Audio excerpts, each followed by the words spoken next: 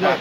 You are a very busy person in this serial. Yes मग काय लवकर वेळ केली नाही. पण आहे तीच तर गंमत आहे ना की तेच गंमत आहे. पोलिसांच्या हा विनोद फॅमिलीची हा थोडासा विनोदी प्रश्न होता माझा. बरोबर येस येस की ते त्यांच्या फॅमिलीची पण एक बाजू दाखवण्याचा यावेळी जरा प्रयत्न आहे. येस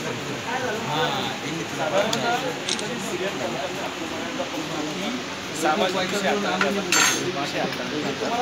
बरेच असतात धार्मिक असतात, परंतु पोलिसांविषयी भूमिका असते. बऱ्याचदा पोलीस हा बऱ्याच ठिकाणी कनेक्टेड दाखवला जातो. याच्यातून मागच्या सिरियलमध्ये थोडंफार बघितलं की काही तसे होते, काही चांगले दाखवले. पूर्ण बघण्यात नाही आली माझे सिरियल, परंतु याच्यात नेमकी आता तुमची जी भूमिका आहे ती निपक्षपाती आहे. त्या क्राईमच्या शोधात तुमची टीम पूर्णपणे कार्यरत आहे. पण असे काही पोलिस त्याच्यात दाखवले गेलेले आहेत का जे करप्शन करताय आणि ह्या काही गोष्टींना खतपाणी घालत आहे. म्हणजे अशी काही गोष्टी होती किंवा अशी काही स्टोरी इन्क्लूड आहे का? ऑनेस्टली स्पीकिंग, जर तुम्ही पहिला DMTKचा पहिला सीझन पाहिला, तुमची मुलगी काय करते, तर याच्यामध्ये पैशासाठी काम करणारे जे मॅक्सिमम ठिकाणी दाखवलं जातं. तर असा पोलीस न दाखवता एक वेगळी शेड चिन्मयनी लिहिली आहे जी फार ब्रिलियंट आहे, जी मला फार आवडली. की ती अशी आहे की एक पोलीस ऑफिसर आहे की ज्याला कारवाईपेक्षा इंटरव्ह्यूमध्ये जास्त इंटरेस्ट. त्यामुळे तो कारवाई करायच्या आधीच प्रेसला बोलवतो आणि त्याला मग तो भोसले बिचारा जाऊन कारवाई करतो आणि याला क्रेडिट घेण्यात इंटरेस्ट आहे, कारण ह्याला वरती लवकर पोझिशन पोहोचायचं. सो असा एक शेरेकर दाखवला. आणि पण मग त्या शेरेकर आणि भोसलेचं म्हणूनच असलेले ते वाद की मला क्रेडिटची काही घेणं नाही. मी एक वेळ कायदा वाकवावा लागला तरी चालेल, मी तो वाकवेन. ज्युरिस्डिक्शन माझं नसेल तर ते ओलांडून मी जाऊन तिथे जाऊन त्या गुन्हेगाराला शोधून आले. त्यासाठी मला कुठल्याही ACPची गरज नाही.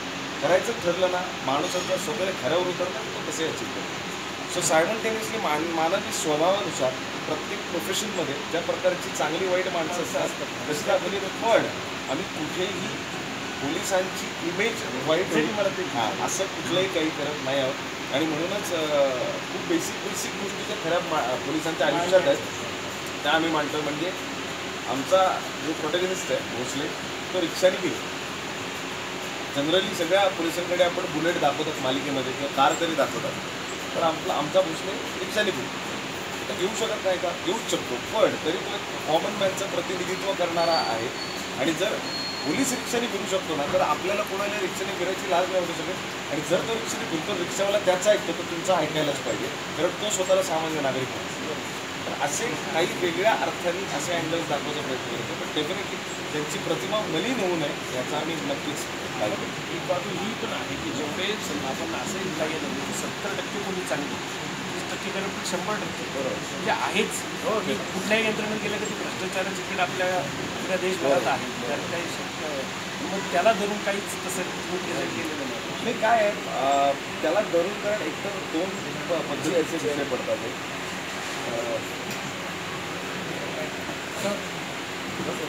दोन प्रकार पडतात.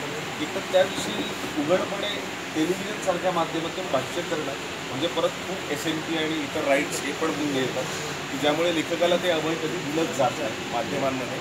आता आधी ते सिनेमापुरता मर्यादित होतं, पण सिनेमा आता जरा वायडर आहे, वेबसिरीज त्याहीपेक्षा वायडर आहे की मी डायरेक्ट दाखवू शकतो की हो घेतात.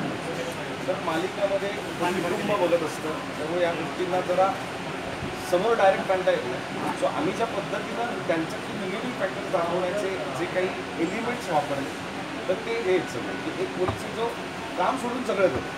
आता सगळं करतो मी जेव्हा शेरेकर घुसतो तेव्हा लहान मुलाला वाटतं की हां म्हणजे हा फक्त इंटरव्ह्यू देतो, हा मोर आहे पिसारा फुलवतो त्याचं बुडी उडवतो. तर हे सगळं दिसतं. पण आपल्या वयाच्या माणसांना कळतं की हा ते सोडून सगळं करतो म्हणजे काय करतो. तर अशा पद्धतीनं ते जरा नाजूक विषय हाताळले.